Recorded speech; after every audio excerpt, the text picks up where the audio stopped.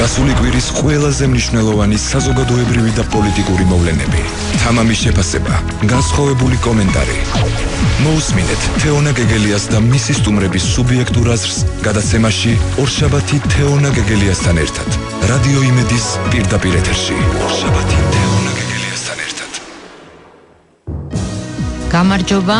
გამარჯობა. თქვენ უსმენთ რადიო იმედს ტალღაზე 105.9 და გადაცემას ორშაბათი, რომელიც მიმყავს მე თეონა გეგელიას ყოველი კვირის დასაწყისში პირველ სამუშაო დღეს თქვენ უსმენთ სტუმრების მოსაზრებებს გასული და ახალი კვირის ყველაზე აქტუალურ პოლიტიკურ და საზოგადოებრივ თემებზე.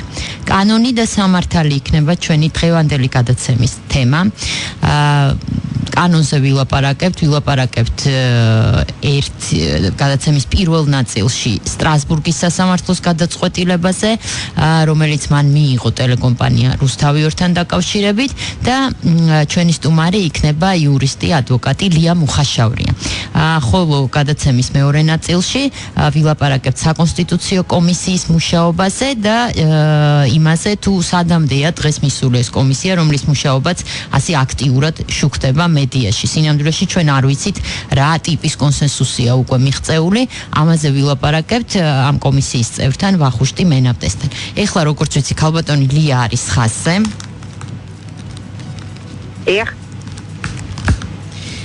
ლია, გამარჯობა, დიდი მადლობა გადაცემაში მონაწილეობისთვის. გამარჯობა, მოგესალმებით და მივესალმები თქვენს მსმენელს. მე ეხლა მაყურებელს შევახსენებ სტრასბურგის სასამართლოს გადაწყვეტილებაზე, ანუ როგორ მიმდინარეობდა პროცესი. ესე იგი 2 მარტს უზენაესმა სასამართლომ, დიდმა პალატამ, ტელეკომპანია რუსთავი 2 ქიბარ ხალვაშს მიაკუთვნა. ეს გადაწყვეტილება მიიღო უზენაესმა სასამართლომ 2 მარტს. შემდეგ ტელეკომპანია რუსთავი 2-ის გენერალურმა დირექტორმა მოუწოდა აქციისკენ თავის მხარდამჭერებს და 3 მარტს საღამოს მან განაცხადა, რომ დღისით მიმართეს სტრასბურგის სასამართლოს და სტრასბურგის ადამიანის უფლებათა სასამართლომ პირველად საკუთარი არსებობის ისტორიაში შეაჩერა საქართველოს უზენაეს სასამართლოს გადაწყვეტილების აღსრულება. რამდენიმე საათში გამართა ბრიფინგი იუსტიციის მინისტრმა თეა წულუკიანმა, მან ფაქტობრივად დაადასტურა გვარამიას განცხადება, ანუ ის ამბავი რაც მან გვიამბო და თქვა, რომ ასე ვთქვათ, საქართველოს მთავრობა პროცედურების დაცვით მიყვება ამ საქმეს. მე არ ვარ ასე იურიდიულ საკითხებში ბუნებრივია ჩახედული, თუმცა როგორც კი ეს ამბავი გავიგე, პირველი განცდა რაც მქონდა, რომ ეს არ იყო მართალი. არა იმიტომ, რომ ნიკა გვარამიას არ ვენდობი, უბრალოდ მე რაც ვიცი სტრასბურგის სასამართლოს მუშაობის შესახებ, ანუ პროცედურებზე, ჩემთვის ეს იყო წარმოუდგენელი რამ. აღმოჩნდა, რომ პრეცედენტია დაშვებული. აღმოჩნდა, რომ უპრეცედენტო გადაწყვეტილებაა, ხო? როგორც მოგვიანებით აღმოჩნდა. აი თქვენ რა იცით? ხო, თქვენ რა შეგიძლიათ თქვათ ამ გადაწყვეტილების შესახებ, უფრო დაწვრილებით? იმიტომ რომ სტრასბურგის სასამართლოს თუ ვცდები მითხარი, სტრასბურგის სასამართლოს გადაწყვეტილებებიც კი არის რეკომენდაციის ხასიათის, ხო? არ არის რეკომენდაცია. მაშინ გისმენთ როგორია? ნამდვილად ეს არის სავალდებულო ხასიათის, იმიტომ რომ მსმენელისთვის გასაგები რომ იყოს, მას შემდეგ რაც ჩვენ მივუერთდით ევროპის საბჭოს და ხელი მოვაწერეთ ევროკონვენციას, ვიკისრეთ ვალდებულება, რომ ჩვენზე გავრცელდებოდა ევროსასამართლოს იურისდიქცია. ანუ მე ამ შემთხვევაში ლია ვგულისხმობ უფრო იმას, რომ მე უფრო ვგულისხმობ რას სავალდებულო და სარეკომენდაციოში. ვგულისხმობ იმას, რომ ჩვენ არ ვართ რაღაც ერთი სახელმწიფო, ხო?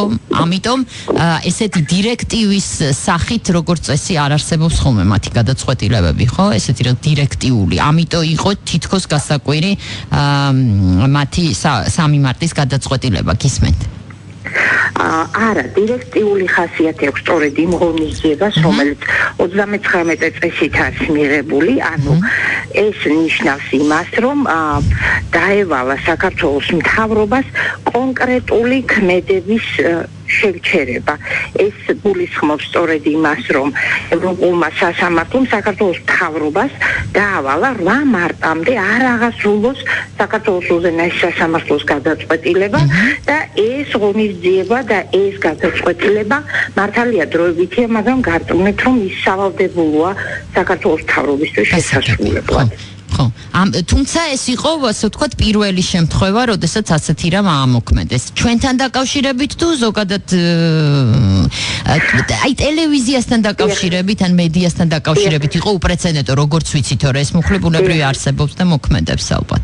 დიახ, ეს წესი მოქმედებს და ჩვენს შემთხვევაში ყოფილა გამოყენებული, უბრალოდ პრობლემა აქ ის იყო და უპრეცედენტო, იმიტომ ეს გადაწყვეტილება, რომ ამ შემთხვევაში მედიის თავისუფლებისა და საკუთრების უფლების საკითხთან დაკავშირებით მოხდა მისი მიღება და არა იმ ტიპიურ, ასე ვთქვათ, და პრაქტიკულ საკითხებთან დაკავშირებით, როდესაც ადამიანის სიცოცხლისა და წამების საკითხებზე ხდება ამ პროცედურის გამოყენება. კარგით, მაშინ როგორ უნდა იმოქმედოს საქართველოს მთავრობამ, რომელიც არის მოპასუხე ამ შემთხვევაში. აი, თქვენი ინფორმაციით და თქვენი, ასე ვთქვათ, ცოდნით, რა შეგიძლიათ გითხრათ? როგორ წარიმართება ეს პროცესი? აი, პროცედურულადაც მაინტერესებს. ანუ 8 მარტს დღეს ყველა კითხულობს. აი, 8 მარტის შემდეგ რა იქნება? რა მოხდება? ესე 8 მარტამდე და ალბათ მე მგონი გუშინაც შეეძლოთ მხარებს მიუხედავად შაბათ-კვირისა გაეგზავნათ განმარტებები, იგულისხმება, რომ რუსთავი 2-იც და საქართველოს მთავრობაც უფლებამოსილია დამატებითი ინფორმაცია მიაწოდოს სასამართლოს და დაარწმუნოს იმაში, რომ ერთის მხრივ რუსთავი 2-ს ინტერესი აქვს, რომ გაგრძელდეს ეს ღონისძიება, ხოლო საქართველოს მთავრობას სავარაუდოდ ინტერესი აქვს, რომ ის გაუქმდეს და განხილვა წავიდეს ჩვეულ რეჟიმში. ანუ, როდესაც 39 წესის გამოყენება ხდება, ეს ავტომატურად გულისხმობს იმას, რომ ეს საქმე წარმოებაში მიღებულია და იწყება მისი განხილვა. და შეიძლება ეს განსაკუთრებული ღონისძიება დროებითი შეჩერდეს, გაუქმდეს, მაგრამ საქმის განხილვა ან პრიორიტეტული წესით გაგრძელდება, ან ჩვეულებრივი წესით. ანუ ეხლა უკვე მხარეებზეა დამოკიდებული ისინი რა დასაბუთებას წარადგენენ, როგორ და რაში დაარწმუნებენ ევროპის სასამართლოს, იმიტომ რომ სასამართლოში საქმის განხილვა თქვენი ცით მიმდინარეობს მხარეთა თანასწორობისა და შეჯიბრებითობის პრინციპის დაცვით. საქართველოს მთავრობამ თქვა, რომ ანუ მათთვის, აი, როდესაც ეს ამოქმედეს, ასე ვთქვათ, იქ მხარისთვის, ანუ ჩვენთვის არაფერი არ უკითხავთო. და თითქოს ეს ამოქმედდა უბრალოდ ერთი მხარის, ასე ვთქვათ, საჩივრის საფუძველზე, ხო, მიმართვით. ეხლა ორივე მხარეს მოусმენენ ალბათ. შესაძლებელია თუ არა, ანუ ერთი შემთხვევაც რო განვიხილოთ და მეორეც. დაუშვათ 8 მარტი მოვიდა და რუსთავი 2-ის არგუმენტები გაიზიარეს. ეს ნიშნავს იმას, რომ ვიდრე ამ საქმის განხილვა არ დასრულდება სტრასბურგის სასამართლოში, აღსრულება ღონისძიება ძალაშია. ხო, ღონისძიება ძალაში, ანუ ხალვაში ვერ დაიბრუნებს, ხო? ანუ მართვას ვერ დაიწყებს. ხო, მაგრამ აი რის განხილვას იწყებს თვითონ სტრასბურგის სასამართლო? შეგიძლიათ ეს გითხრათ, იმიტომ რომ მე როგორც ვიცი, თვითონ ხალვაშმაც თავის დროზე სტრასბურგში იჩივლა, თუ არ ვცდები. მე არ ვიცი ხალვაშმა რა იჩივა, ასევე ჩვენთვის უცნობია ევროსასამართლოში რა საჩივარს წარადგენს, ან უკვე წარადგინა რუსთავი 2-მა. მათ მხოლოდ გაასაჩივრეს ის საკითხი, რომ დაუყოვნებლივ შეჩერებულიყო უზენაეს სასამართლოს გადაწყვეტილების აღსრულება და მოიყვანეს ამისი არგუმენტები, მაგრამ რის დარღვევას დაასაბუთებენ ისინი და მათი საჩივარი რა კუთხით იქნება შედგენილი, ასე ვთქვათ, ეს არის სამომავლო საქმე. მე მგონი დღეს მოვისმინე საინფორმაციოთი, რომ იურისტები უკვე წერენ ევროსასამართლოს დადგენილი ფორმით საჩივარს, ანუ ის უნდა შეივსოს სპეციალური ფორმა და უკვე იქ მიუთითებენ მომჩივანები რა მუხლის ევროკონვენციის რა მუხლის დარღვევაზე აკეთებენ ისინი აქცენტს. რუსთავი 2-ს ზოგადად სურს, რომ ხალვაშის ეს ტელევიზია არ იყოს, ანუ დარჩეს იმ ადამიანებს, ვისიც არის დღეს, როგორც ჩანს ეს იქნება, ხო, სარჩელი ალბათ. გეტყვით, იმიტომ რომ საკუთრების უფლების დარღვევა და საკუთრების უფლების დაცვა ხორციელდება ევროკონვენციის პირველი დამატებითი ოქმით და არა ძირითადი ოქმის მუხლებით, თუმცა მე ვფიქრობ, რომ სასამართლოსთვის უფრო აქტუალური იქნება ეს საქმე განიხილოს მე-10 მუხლის კონტექსტში, ანუ ინფორმაციის თავისუფლების კონტექსტში და მედიის თავისუფლების კონტექსტში და მხოლოდ შემდგომ საკუთრების უფლების კონტექსტში, თუმცა მომჩივანი არ არის შეზღუდული მიუთითოს იმდენი მუხლის დარღვევაზე, რამდენსაც ის თulis საჭიროდ ან სამართლიანად. ხოლო თუ საქართველოს მთავრობის არგუმენტები გაითვალისწინეს, რა მოხდება მაშინ? თუ საქართველოს მთავრობის არგუმენტი გაითვალისწინეს, შეიძლება ეს დროებითი განსაკუთრებული ღონისძიება შეჩერდეს ან შეწყდეს და საქმის განხილვა წავა ჩვეულებრივი წესით. ან როგორც პრიორიტეტული საქმისა, როცა საქმის სხვა საქმეებთან შედარებით ამ საქმეს პრიორიტეტი ენიჭება და ჩვეულებრივი რიგის გათვალისწინების გარეშე მოხდება განხილვა, ან პრიორიტეტულად დაჩქარებული წესით, ასე ვთქვათ. ლია, 8 მარტს უნდა განიხილონ ასევე მერაბიშვილის საქმეც, როგორც მე ვიცი, სტრასბურგის სასამართლოში თუ ხართ საქმის კურსში. აი, იქნება ეს აგვიხსნათ, ესე ვთქვათ, სადღაც შევხვდი, რომ რუსთავი 2-ის საქმე ამ შემთხვევაში არის პრიორიტეტულიო, ხო? ანუ სხვების განხილვა არ მოხდებაო. შეგიძლიათ განმარტოთ ეს საქმე, ანუ საქართველოდან სხვა მიმართვების განხილვა არ მოხდება, ვიდრე რუსთავი 2-ის თემა არ გაირკვევა? და შეიძლება თუ არა რომ მერაბიშვილის საქმე არ განიხილონ ამ ფონზე. ესე პრიორიტეტული იყო ალბათ ახსოვს მსმენელს მერაბიშვილის საქმე, რის გამოც იგი ძალიან მოკლე ვადაში დასრულდა, ანუ პირველმა ინსტანციამ პალატამ ის დაასრულა სადღაც წელიწად ნახევარში, იმიტომ რომ პრიორიტეტული იყო, ანუ ჩვეულებრივი რიგითობის წესით არ მომხდარა მისი განხილვა, ხოლო რაც შეეხება რუსთავი 2-ს, შეიძლება ისიც პრიორიტეტული გახდეს. აქ მნიშვნელობა იმას კი არ აქვს საქართველოსთან გაგზავნილ საქმეებზე უფრო ადრე განიხილონ.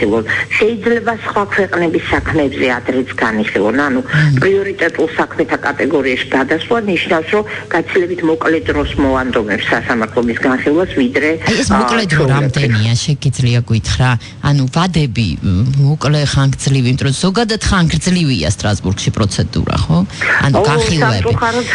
ხო, წლობითაც გრძელდება ხოლმე. ბოროტოს საკითხია და ყველაზე განუზღვრელია თუ რამეა, განუზღვრელი ევროსასამართლოში. ეს მოკლე დრო რას გულისხმობს სტრასბურგის ვადები, აი მოკლე რამდენია ეს? მოკლე ვადა არის, სრულიად მოკლე ვადა იყო მერაბიშვილის საქმესთან დაკავშირებით. მოკლესი იყო ეს გადაწყვეტილება ეხლა შეჩერების. ეს იყო მოკლესი წამებში. არა, ის 39 ხო, აი განხილვა როგორ ხდება? 39 წესით გადაწყვეტილება მიიღება 24 საათის განმავლობაში. აი პროცესი როგორ შეიძლება მოკლე ვადაში, ანუ რა ვადებზე შეგვიძლია ვიფიქროთ? ანუ ეს არის 2 თვე, 1 თვე, ნახევარი წელი. უკაცრავად რომელ რა ვადა? აი პროცესის, აი რო დაიწყო სამსარჩელის განხილვა, ხო? და დაიწყება სავარაუდოდ. საქმის განხილვა დაწყებული არის უკვე. ხო, და აი ეს როდის შეიძლება დასრულდეს, თქვენ ეს მოკლე ვადაში რა დრო იგულისხმება? პრიორიტეტული ვადა შეიძლება გულისხმობდეს წელიწად ნახევარს, 1 წელს, შეიძლება 2 წელს, შეიძლება 3-საც კი. ანუ წელიწადზე ნაკლები არა? არა. გამორიცხულია? თუ რაღაცა გამონაკლისი და განსაკუთრებული არ ხდება. ესე იგი მათი მოკლე დრო ეს არის წელიწადი. დაახლოებით. კარგი. ლია, თქვენ გარდა იმისა, რომ ხართ იურისტი, ხართ აქტიური მოქალაქე. მე მაინტერესებს თქვენი პერსონალური აზრი ამ საქმესთან დაკავშირებით. მართლა ძალიან რთული თემაა. ყოველგვარი ასე ვთქვათ, სუბიექტური განცდების გარეშე ვლაპარაკობ. ჩემი აზრით ზოგადად ძალიან კარგია, რომ სტრასბურგი ჩაერთო ასე ვთქვათ ამ ეტაპზე ამ საქმეში, იმიტომ რომ ორივე მხარისთვის, ანუ ლეგიტიმაციისთვის ზოგადად ეს ცუდი არ არის ნამდვილად და ერთხელ და სამუდამოდ ან ისე გადაწყდება, ან ასე, ეს კარგია. მაგრამ საკუთრების უფლება და აი ეს მედიის თავისუფლება, ეს ერთად ეს არის ძალიან რთული კომბინაცია, ხო, როგორც ვატყობთ. აი თქვენ, როგორც მოქალაქეს, როგორც იურისტს, რა განცდა გაქვთ, ანუ თქვენთვის აქედან რომელიმე არის პრიორიტეტი, როგორ ხედავთ გამოსავალს აქედან? ანუ საზოგადოებისთვის სიკეთე რა უფროა? საით უნდა გადაიწიოს თავსატეხის საკითხი ჩანს ხშირად როგორც უყურებ მაყურებლისთვის, მსმენელისთვის და სოციალურ ქსელებში. ჩემთვის ძალიან ცხადი არის, რომ საკუთრების უფლების ასე ვთქვათ გადანაცვლებით ძალიან რეალურია საფრთხე, რომ რუსთავი-2 სარედაქციო დამოუკიდებლობაში ჩარევა მოხდეს. ეხლა სხვა საკითხია მოგწონს რუსთავი-2 მისი სარედაქციო პოლიტიკა, ვიწონებთ მას თუ არა. საკითხი დგას ასე, რომ სარედაქციო დამოუკიდებლობა ეს არის მედიის უფლება და ჩვენი თავისუფლება მივიღოთ ის ინფორმაცია, რასაც გვაწოდებს დამოუკიდებელი და მიუკერძოებელი მედია, ამიტომ საკუთრების უფლება გადაჭრილი აღმოჩნდა, იმიტომ რომ მე ვფიქრობ, რომ მოკლედ ყუით საქართველოს მთავრობას ეგონა, რომ მესაკუთრის შეცვლიდა რუსთავი-2-ს, მაგრამ საბედნიეროდ ევროსასამართლოში, ევროპაში და ცივილიზებულ ქვეყნებში შედან ჭკვიანი ადამიანები, რომელსაც ძალიან კარგად ესმით, რომ ეს არ არის საკუთრების უფლების საკითხი და ეს არის მედიის თავისუფლების საკითხი. გასაგებია, მაგრამ საკუთრების ელემენტიც არის, ხო? კარგი, ხალვაში რატომღაც სუდი გმირი გამოდის, ასე ვთქვათ, ყველა ხალვას ერჩის ამ შემთხვევაში, მაგრამ იქ ხომ არიან შედარებით კეთილი პერსონაჟები ამ ისტორიის. ანუ დვალი და აქიმიძე, რომლის დროსაც სარედაქციო პოლიტიკა რუსთავი-2-ის იყო ალბათ ყველაზე ნორმალური, ხო? მისი არსებობის მანძილზე. მე კარგად ვიცნობ ამ ადამიანებს და ვიცი ამ ტელეკომპანიის ისტორია და მინდა ვთქვა, რომ მთელი უსამართლობის საკითხიც და ევროსასამართლოს ჩარევის, ასე ვთქვათ, ასეთი ტემპიც მე ვფიქრობ დაკავშირებულია იმასთან, რომ თუ საკუთრების უფლების აღდგენაზეა საუბარი, ის უპირველეს ყოვლისა უნდა შეეხებოდა დვალს და აქიმიძეს, მაგრამ შეეხო რატომღაც ხალვას, რომლის კეთილნებაზეა დამოკიდებული რაციოს გადაუნაწილებს. ხო, მაგრამ ხო, ანუ თქვენ გულისხმობთ იმას, რომ პროკურატურამ არ გამოიძია დვალის და აქიმიძის ის, იქ ვადებზე იყო ლაპარაკი, ანუ ამის არგუმენტებიც არსებობს, როგორც ვიცი, რომ მათ დააგვიანეს თითქოს. არა, მათ დააგვიანეს სამოქალაქო სარჩელის წარდგენა, ანუ ხანდაზმულობა გაუშვეს, მაგრამ ხანდაზმული არ არის დანაშაული, როდესაც ასეთი საკუთრების უფლების შელახვის ფაქტოზეა საუბარი და დანაშაულზე, რომელსაც თქვენ ფიქრობთ, რომ პროკურატურას რო გამოეძიებინა ეს საქმე და ამ შემთხვევაში მთავარი ფიგურანტები ყოფილიყვნენ დვალი და აქიმიძე, ანუ ლეგიტიმაცია ექნებოდა ბევრად მეტი? და დობა ამ პროცესს. თქმა უნდა, გაცილებით მეტი იქნებოდა. იქ მარტივი სქემაა სამართლებრივად. თუ პროკურატურა დაადგენს ვინმეს ბრალეულობას, მაშინ სამოქალაქო სარჩელი გამარტივებული წესით ხდება სასამართლოში მისი განხილვა და საკუთრების უფლების აღდგენაზე ხანდაზმულობის პრობლემა არ ექნებოდა დვალს და აქიმიძეს და არც პროცესუალურად არ დაჭირდებოდათ ბევრი ადვოკატი და დიდი სასამართლო დავა. მაგრამ პროკურატურა მეც და ბევრი ჩემი კოლეგაც ყოველთვის ვერჩით პროკურატურას, იმიტომ რომ ის ყოველთვის მიკერძოებულია და აი ასე უცნაურად იქცევა. ის რაც ევროპის სასამართლოსთვის რამდენიმე საათში იყო ცხადი, რამდენიმე წელიწადშიც არ არის ცხადი ჩვენი პროკურატურისთვის, რომელიც საკუთრების უფლების დარღვევის საქმეს იხილავს, მაგრამ ვერადავერ დაადგა საშველი. კარგით, რია, დიდი მადლობა, ვნახავთ როგორ განვითარდება პროცესები. მე ძალიან დიდ მადლობას გიხდით გადაცემაში მონაწილეობისთვის. არ ხართ თბილისში და გურიდან რომ მადლობს საშუალებას ჩემი აზრი გამოვხატო. მადლობა. ეხლა რეკლამაა ჩვენს ეთერში და რეკლამის შემდეგ ვახუშტი მენაბტესთან ერთად დავბრუნდებით. ორშაბათი თეონა გეგელიასთან ერთად რადიო იმედის პირდაპირ ეთერში. ჩვენ დავბრუნდით პირდაპირ ეთერში. ეს არის გადაცემა ორშაბათი, მიყავს მე თეონა გეგელიას. ჩვენი სტუმარი არის ვახუშტი მენაბტე, საკონსტიტუციო კომისიის წევრი. ვახუშტი, მადლობა გადაცემაში მონაწილეობისთვის. გამარჯობა, მადლობა მოწვევისთვის. მე არ მახსოვს საკონსტიტუციო კომისიები ბევრი გქონია, მე არ მახსოვს ასეთი ასე ვთქვათ ინტერესი ამ კომისიის მუშაობის მიმართ, როგორიც არის ახლა. ამ კონკრეტული კომისიის პირობებში. ესე იგი, მუდმივად შუქდება თქვენი შეხვედრები, თემატური ჯგუფების და მიუხედავად იმისა, რომ რაღაც ისეთი ძალიან კონკრეტული ცნობები არ გამოდის მანდედან, ფაქტია, რომ ინტერესი არის დიდი. შენი აზრით, რითია ეს განპირობებული, ანუ პროცესი როგორ ჩანს ღია და ამის გამოც და მეორეც, რა არის ის საკითხები, რაზეც კომისიის წევრები შეთანხმდით?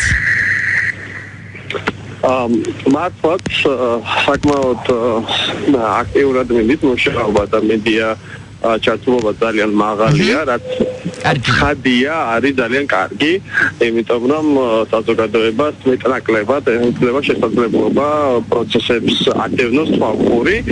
ჩვენ კომისიის წევრები ვცდილობთ მაქსიმალურად მივაწოდოთ ინფორმაცია ჩვენს არსებული საზოგადოებას. შეიძლება მართლაც ეს ზოგჯერ ძალიან დეტალური არ არის, მაგრამ ეს არ არის იმის გამო, რომ ჩვენ რამე ინფორმაციის ინფორმაციას მალავთ. ეს უფრო ალბათ იმიტომ, რომ ხანდახან ვერიდებით ძალიან რთულ სამართლებრივ წიაღისეულებში შესვლას იმისთვის, რომ უფრო არ გავართულოთ ახმის საკითხი, განა იმიტომ, რომ მოქალაქეებს ამის შესაძლებლობა არ აქვს. უბრალოდ მედია ფორმატი ხანდახან ეს კომენტარების და სიუჟეტების დონეზე არ იძლევა ამის შესაძლებლობას, თუმცა როგორც არის შესაძლებლობა ფართო განხილვის, მაგალითად როგორც დღესაც ახლა ჩვენ რასაც ვაკეთებთ, ეს ამის გამოყენებას ყოველთვის ვცდილობთ ხოლმე. ძირითადი საკითხები, რაც შეეხება თქვენს კითხვას. დიახ. არის სადაც შეთანხმდით ხო, სადაც არ არსებობს პრობლემა, აი ასეთი. რა საკითხებია ეს? ჯერჯერობით ძალიან რთულია ამის განსაზღვრა ზუსტად რაზე არის შეთანხმება, იმიტომ რომ კენჭის რაზე ჩვენ როგორ მუშაობთ, არის 3 რაუნდი შეხვედრების. პირველ რაუნდი უკვე მორჩა და პირველ რაუნდში ჩვენ მხოლოდ კონცეფციების დონეზე ვლაპარაკობთ კომისიის წევრებს, რა ხედვა გქონდათ. მეორე და წარმოადგენთ წინადადებებს. მეორე რაუნდი, რომელიც ეხლა მიმდინარეობს, რომლის პროცესში ხართ, ეძღვნება უკვე დეტალურ განხილვას. სამდივნომ შეიმუშავა პროექტები, რომელიც მათ წარმოგვიდგინა ის პროექტები, რომელიც მათი აზრით ყველაზე უფრო კონსენსუსუნარიანი იყო სხვადასხვა თემასთან დაკავშირებით, თუმცა ეს რა თქმა უნდა არ აძლევს შესაძლებლობას წევრებს კომისიის კვლავ დააყენონ თავიანთი საკითხები, მათთვის საინტერესო საკითხები განსახილველად, მაგრამ სამდივნომ როგორც ჩათვალა რაღაც თემები უფრო მეტად კონსენსუსუნარიანი იყო და ისინი საბაზისო პროექტში ისინი წარმოგვიდგინა. ეხლა სწორედ მსჯელობა მიმდინარეობს ამ საბაზისო პროექტზე, რომელიც ფაქტობრივად ჩავი დოკუმენტია, იმიტომ რომ ბოლომდე რა თქმა უნდა არ არის ჩამოყალიბებული რაღაცებთან დაკავშირებით ხედვა, ამიტომ ჩვენ ამ საკითხებს განვიხილავთ უკვე დეტალურად და ამის შემდეგ ჩვენ უკვე მესამე რაუნდში შევხვდებით ერთმანეთს, სადაც იქნება შესაძლებლობა უფრო რედაქციული ხასიათით ან ყველაზე რთული საკითხების გადაწყვეტის, რომელზეც თქვა მეორე რაუნდში ვერ შევჯერდებით. ყოველივე ამის შემდეგ სულ ბოლოს შეიკრიბება კომისია და უყრით კენჭს საბოლოო პროექტს. თუ საკითხები, რომელზეც ვერ იქნება შეთანხმება მიღწეული კონსენსუსურად, დადგება ალტერნატივის სახით და რომელიც მოიპოვებს უმრავლესობას, ის თემები ისინი შემდეგ უკვე აისახება საქართველოს კონსტიტუციის პროექტში, რომლის ინიციირებასაც გააკეთებს შემდეგ უმრავლესობა. დედლაინი ასე ვთქვათ, აპრილია, ხომ? როგორც ვიცი, ეს აქვს ნათქვამი მთავრობას, ანუ მართლაც 30 აპრილი არის კომისიის ბოლომდე მუშაობის საბოლოო ვადა. თუმცა, როგორც მაგალითად ბატონი ყობახიძე აცხადებს, თუ ჩვენ დაგვჭირდა მეტი დრო, არც ამ დროის დამატება არ არის პრობლემა, მაგრამ ეს ამას მუშაობა ჯერჯერობით მუშაობა მიმდინარეობს დაგეგმილი ტემპით. მე ვფიქრობ, რომ ეს ტემპი ცოტათი დაჩქარებულია, იმიტომ რომ რაღაც საკითხებზე არ იძლევა შესაძლებლობას ღრმად განხილვის და კონსულტაციების, მაგრამ ეს არის ის ფორმატი, რომელიც არის შემოთავაზებული და ჩვენი იძულებულები ვართ ამ ფორმატში ვიმუშაოთ. რა თქმა უნდა, მე უბრალოდ ვამბობ, ის წარმოშობს გარკვეულ სირთულეებს, ცხადია, ხაზს არ უსვამ მთლიანად მუშაობის ტემპს, იმიტომ რომ ყველანი ამ ვადებში რის შესაძლებლობაც გვაქვს მაქსიმალურად ვცდილობთ ჩავერთოთ. აი ამ აქტიური გაშუქების პროცესში, აი მე გეტყვი გარედან როგორი შთაბეჭდილება რჩება. ეს შესაძლებელია მედიის ბრალიც არის და მასაც რაღაც თავისი მისთვის საინტერესო კუთხეები აქვს როგორც ჩანს და ის გამოაქვს ხოლმე როგორც წესი.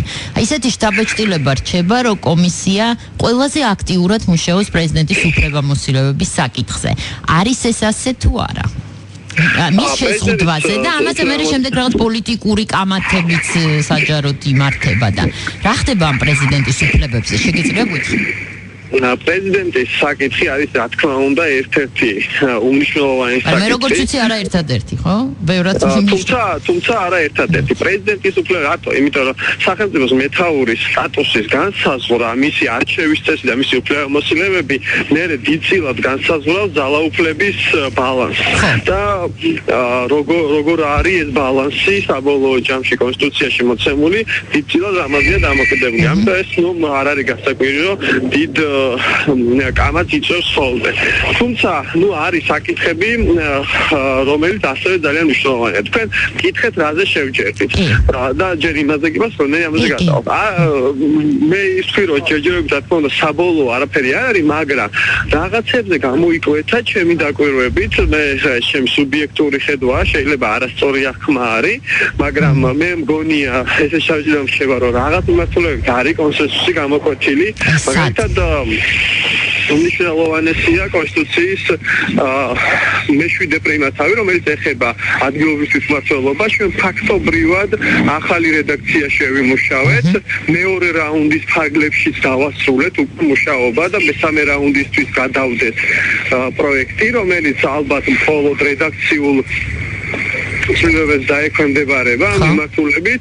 ეს ძალიან მნიშვნელოვანი დოკუმენტია. ფაქტობრივად კონსენსუსი შედგა სამუშაო ჯგუფში და არ ამგონია კომისიის ფარგლებშიც მას რაიმე წინააღმდეგობა ვინმე გაუწიოს.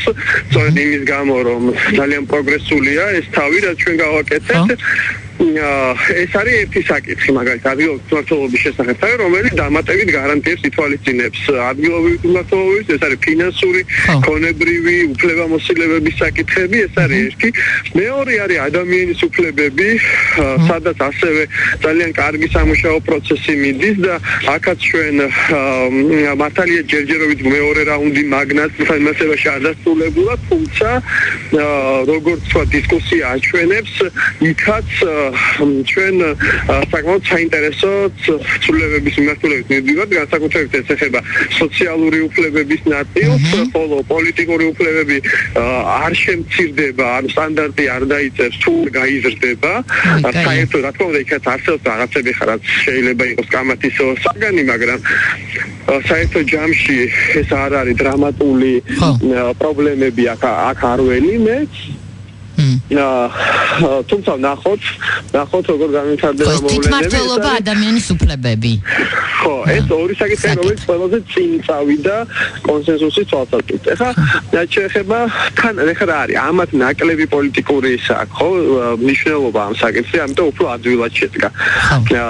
აქ კონსენსუსი რაც შეეხება, ყოველთვის კი არ შედგა, მივდივართ თან კონსენსუსის გზაზე. თვალი არ ეცეს. პრეზიდენტი რაც შეეხება პრეზიდენტის და პარლამენტის საკითხს, პარლამენტიც ახლა მშენებლობით, სხვათა შორის, პარლამენტის საკითხებზეც ბევრ თემაზე ვფიქრობ, რომ გაუმჯობესებები გვექნება, თუმცა არის ერთი ფუნდამენტური საკითხი პარლამენტთან მიმართებაში, ეს არის მისი საარჩევნო სისტემა. ძალიან კარგია, რომ შემოთავაზებული არის ხელისუფლების მხრიდან ერთ-ერთ ვერსია, ორი თავაზის პროექტი უკვე ორი ვერსია იყო, ერთი პროპორციული და მეორე არსებული დღეს დადგა. პროპორციული განცხადებები ისეთი გაკეთდა, რომ ესწრება დამრჩა, რომ საკმაოდ ბევრი მხარდაჭერი ყავს, მათ შორის მართველი გუნდის ლიდერებში პროპორციულ სისტემას და ეს მახარებს ცხადია, მაგრამ აქაც არის რაღაც თემატიკა, მაგალითად იქ პრობლემები არის მანდატების განაწილებასთან დაკავშირებით, პრობლემები არის ბარიერთან დაკავშირებით, ბლოკების აკრძალვასთან დაკავშირებით და ამაზე მუშაობთ, რომ დაიხვეწოს და ალბათ ეს ერთ-ერთი მნიშვნელოვანი იქნება, ერთ-ერთი რაზე გამოიკვეთა კონსენსუსი და მეორეა რა გამოიკვეთა, რომ იქნება ესე იგი პრინციპული საკითხები, სადაც დიდი კამათების მოლოდინი უნდა გქონდეს და ერთ-ერთი ესეთი საკითხი, სადაც კამათის მოლოდინი უნდა გქონდეს და ერთ-ერთი პრინციპული საკითხი სწორედ საარჩევნო სისტემა. მოდი პრეზიდენტსაც მითხარი და გაგათავისუფლო. Certo პრეზიდენტის თემა ჯერჯერობით ყველაზე გუნდოვანია. შენ ხარ ძალიან შენ ხარ ისეთი ადამიანი, რომელიც არ ხარ შემჩნეული ჩემთვის ყოველ შემთხვევაში. არ ხარ შემჩნეული რაღაც აკვიატებებში და ვიღაცის მხარდამჭერებში და ასე შემდეგ. ამიტომ მითხარი ახლა, იცი რა არის, მართლა ასე მიდის პროცესი, რომ ვიღაცა სურს პერსონალურად ვინმეს დაჩაგვრა და მხოლოდ ეს არის თუ უბრალოდ თავისთავად ხდება რაღაცაზე მუშაობა და ეს იწვევს შემდეგ რადგან გრძნობიარე თემა რაღაც არასწორ აღქმებს ამა თუ იმ ფიგურების მხრიდან. რა ხდება ამ პრეზიდენტზე? ანუ მართლა მარგველაშვილზეა სწორება და ამიტომ ხდება იქ რაღაცა ცვლილებების შეტანა, უფლებამოსილებების შეზღუდვა ან პირიქით. ესე იგი, პირველში მადლობა ნდობისთვის და შეფასებისთვის. მეორე, მე მართლაც ვცდილობ, რომ მაქსიმალურად ამ საკითხს მივუძღვე პროფესიონალურად და არა პერსონალური არგუმენტებიდან გამომდინარე, მიუხედავად იმისა, რომ მე შეიძლება ჩემი მოსაზრებები და შეხედვები მქონდეს, როგორც მართველი გუნდის, ისე პრეზიდენტის მიმართ, მაგრამ აქ სხვა რაღაცაზეა ლაპარაკი, ჩვენ ინსტიტუტებს როგორ წარმოვიდგენთ, ხო? ამ შემთხვევაში მე რა ვიცი დავიწყო ძალიან მიჭირს ჯერჯერობით ზუსტად თქვა პრეზიდენტთან მიმართებაში რა მოხდება, იმიტომ რომ ჯერ ჩვენ არ გადავსულვართ მეორე რაუნდი პრეზიდენტამდე ჯერ არ მისულვართ. ანუ მეორე რაუნდში პრეზიდენტის საკითხები არსებითად არ განგვეხილავს. ამიტომ ძალიან ძნელია ეხლა ჩემი შეფასება. ერთადერთი რაც ვიცით, ორი რამე ვიცი უფრო სწორად, სამი. პირველი ეს არის პირველ რაუნდში რა განწყობები იყო, მეორე ეს არის წარმოდგენილი საბაზისო პროექტი როგორია და მესამე ეს არის რაც განაცხადა პარლამენტის თავმჯდომარემ, მან თქვა, რომ არსებობს კონსენსუსი მართლ გუნდში, რომ პრეზიდენტის არჩევნები მომავალი ჩატარდეს პირდაპირ წესით და შემდეგ უკვე ირიბი წესით. დანარჩენზე, დანარჩენი არის სამუშაო. მე ვფიქრობ, რომ ცხადია ჩემი დაკვირვებით გარკვეულ გავლენას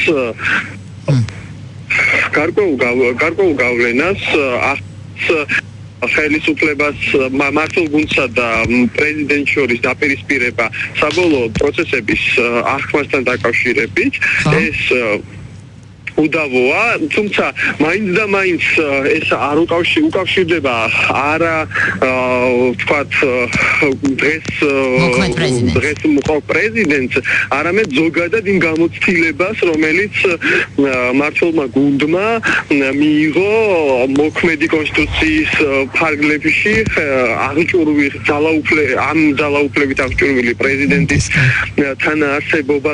თანაარსებობიდან, რომელიც დღეს მოქმედ კონსტიტუციაში არსებობს. მოკლედ იმის ხმა მინდა, ცოტა მე მგონი ბუნდოვნად თქვი. არა, გასაგებია, ანუ ეს გამოცდილება მათ, ხო, პირობით მარგველაშვილთან ამას გავლენა აქვს. გარკვეულ გავლენას ახდენს მიმდინარე დისკუსიაზე, თუმცა აქ ლაპარაკი სწორედ პრობლემა ჩემი აზრით რა არის? მაინც და მაინც ეს არის არა დისკუსია ბატონ მარგველაშვილს და მართლ გუნდს შორის, არამედ ჩვენ ცოტა უფრო ფართოდ უნდა დავინახოთ, არამედ მოქმედი პრეზიდენტის ინსტიტუტს, პრეზიდენტის მოქმედ ინსტიტუტს და მართველი გუნდის მოქმედ ძალაუფლებას შორის დაპირისპირება და ჩვენ გამდვილად არის მართველი გუნდის განწყობა, რომ პრეზიდენტის მოქმედი ძალაუფლება შესუსტეს. Რაღაც მიმართულებით მე ამ ხედვას ვეთანხმები, რომ პრეზიდენტს რაღაცა უფლებამოსილებები აქვს, რომელიც სადაც ეს ბალანს ხელს შეუწყობს, ხო, ნორმალურ ბალანსს. სადაც ეს ბალანს ხელს უშლის დღეს, ხო, რასაც უშლის. მათ შორის დარწმუნებული ვარ, ზოგიერთ საკითხზე თავად პრეზიდენტის ადმინისტრაციაში არ ექნება პრობლემა, ხო, მაგალითად პრეზიდენტს დღეს აქვს უფლება ვეტო დაადოს პრემიერ-მინისტრის კანდიდატურას და იმ ვეტოს დაძლევს 90 დეპუტატი. შეიძლება რაც სრულიად გამოუგნებელი რეგულირებაა და არცად არ ხდება და რამდენიმე რეგულირება კიდე რომელიც არასწორია ამ სისტემაში, რა სისტემაშიც არის. მაგრამ არის უფლებამოსილებები, რომელიც ჩემი აზრით უნდა შენარჩუნდეს და მე დღეს არ შემილია გადაჭრით თქვა, რომ მართლ გუნდს აი ამ უფლებამოსილებების, რომელსაც მე ვფიქრობ უნდა შენარჩუნდეს, მათ აქვთ ესე იგი პირდაპირი ხედვა, რომელიც დღეს შესაძლოა ეს უფლებამოსილებები პრეზიდენტს უნდა ჩამოერთოს. ხო, ვერ ამბობ. რა არის ეს უფლებამოსილებები? ეს უფლებამოსილებები არის ძირითადად მაკომპლექტირებელი უფლებამოსილებები, რომლებიც რა იგულისხმება აქ. თვითონ პრეზიდენტს ეს კი არა აქვს ძალაუფლება, მაგრამ ძალაუფლება აქვს მათ, ვისაც პრეზიდენტი ნიშნავს, ან ვის თანამდებობაზე დანიშნულში პრეზიდენტი მონაწილეობს. მაგალითად სასამართლო, მაგალითად დამოუკიდებელი მარეგულირებელი კომისიები, მაგალითად ცენტრალური საარჩევნო კომისია, მაგალითად ელჩები და ასე შემდეგ, ხო? აქ მიდის დისკუსია. არის ხელისუფლების, ესე იგი ხელისუფლების მართული გუნდის წევრები, ვინც ძალიან რადიკალურები არიან, ამ მართლობები ამბობენ, რომ პრეზიდენტის უფლებამოსილებლები უნდა ჩამოვართვათ და შეუძლოთ და ამ პარლამენტს გადავწყვეტ ამ პრემიერს და პარლამენტს ან კიდევ ვიღაცა სხვა კონსტიტუციური იუსტიციის საბჭოსთან გაუხოს და ასე შემდეგ. არის ეს მოსაზრებები. თუმცა მოსაზრებები რომელიც კომისიაში არის, ყოველთვის არ არის ხოლმე კონსენსუსურად გაზიარებული უმრავლესობის სხვა წევრების მიერ. აი მაგალითად, ბოლოს ჩვენ გვქონდა ძალიან პრინციპული დისკუსია ეროვნული ბანკის წევრების თანამდებობაზე გამწესებაზე. დღევანდელი მოქმედი რედაქციით პრეზიდენტი წარუდგეს პარლამენტს და პარლამენტი შემდეგ ამტკიცებს ეროვნული ბანკის წევრებს. იყო გამოთქმული მოსაზრება ზოგიერთი უმრავლესობის წევრის მხრიდან, რომ ეს უფლებამოსილებები პრეზიდენტს უნდა ჩამოერთვას, ან მთავრობას უნდა შეერთოს ამაში. რადგან ძალიან პრინციპული დისკუსია გაიმართა და ბოლოს ეს საკითხი ესე იგი ეს გადაჭრით გადაწყვეტილი არ იქნა, როგორც თქვა თავიდან ჩანდა და ჩვენ შევთანხმდით, რომ კიდევ ერთხელ გავივლიდით კონსულტაციებს ერთმანეთთან, ნახავდით სხვა ქვეყნების პრაქტიკას და ამის შესაბამისად გადაწყვეტით, იმიტომ არგუმენტები, რომელიც დასახელდა უმრავლესობის წევრების ამ მოსაზრების საწინააღმდეგოდ, მათ შორის ჩემი არგუმენტით, საბოლოო ჯამში საკმაოდ წონადი აღმოჩნდა იმისთვის, რომ გადაწყვეტილება ხელაღებით არ ყოფილიყო მიღებული. ამიტომ მაგალითად თვითონ ეროვნული ბანკი ამბობს, რომ მეც რაღაცა შემთხვევები შევისწავლე სხვა ქვეყნების და იქაც დღეს როგორც წერია საქართველოში დაახლოებით მსგავსი მოდელებია, მაგრამ ეროვნული ბანკმაც იქ ესწრებოდა სწორად და მათ თქვეს, რომ ისინი მომავალზე წარმოადგენენ ესე იგი სხვა ქვეყნების გამოცდილებას, რომელიც როგორც თვითონ ამბობენ, თანხმედრაშია დღეს მოქმედი სისტემისთვის, რაც ნიშნავს იმას, რომ ამ ცვლილებების საჭიროება არ არსებობს. ანუ აი აქ ესეთი დისკუსია მიდის და სანამ ჩვენ ყველა ამ საკითხს არ გავივლით ბოლომდე, ძალიან ძნელია იმის თქმა. ხო, მაგრამ იმის თქმა შესაძლებელია ალბათ, რომ პროცესი უფრო ჯანსაღად მიმდინარეობს, ვიდრე არა, ხო? ანუ პროცესი იცით როგორ არის? ახლა ესე პროცენტულად ამ ამბის დათვლას მე მირჩევნია ესეთი რაღაცა ვთქვა. რომ ჩვენ მაქსიმალურად ვართ ჩართული კომისიის მუშაობაში წევრები, მიმდინარეობს ცხარე დისკუსიები, არის რაღაცა ცვლილებები, რომელიც პრინციპულად მიუღებელია ჩვენთვის, არის რაღაც ცვლილებები, სადაც ვხედავთ ესე იგი დისკუსიის რესურს და შეთანხმების რესურს და არის საკითხები, რომელიც უკვე შეთანხმებულია და ვფიქრობთ, რომ ნორმალური მუშაობის პროცესია და რომელი ნაკლებია, მაგას მივიხსაბოლო კენჭისყრაზე რომ დაგვიდგება, ესე იგი გამოგვიგზავნია კენჭისყრის წინ საბოლოო პროექტს, იმ პროექტის შეფასებისას შეიძლება ითქვას საერთო ჯამში ეს მიუღებელია ესეთი მოდელი თუ პრინციპში დაბალანსებული მისაღებია, იმიტომ რომ ყველანი ვთანხმდებით იმაზე, რომ კონსტიტუციაში არის გარკვეული ცვლილებები შესასვლელი, მე მგონია, რომ ეს ცვლილებები უნდა შევიდეს უფრო მეტად მთავრობის ძალაუფლების შესუსტებით, ვიდრე პრეზიდენტის ძალაუფლების შესუსტებით, თუმცა პრეზიდენტის უფლებამოსილებში რაღაცები არის დასაკოლექტირებები და ზოგიერთ შემთხვევაში მე ვფიქრობ, რომ რაღაცები გასაზრდელია, მაგალითად მე მგონია, რომ მთავარი პროკურორის კანდიდატურა უპრიანი იქნება თუ პრეზიდენტი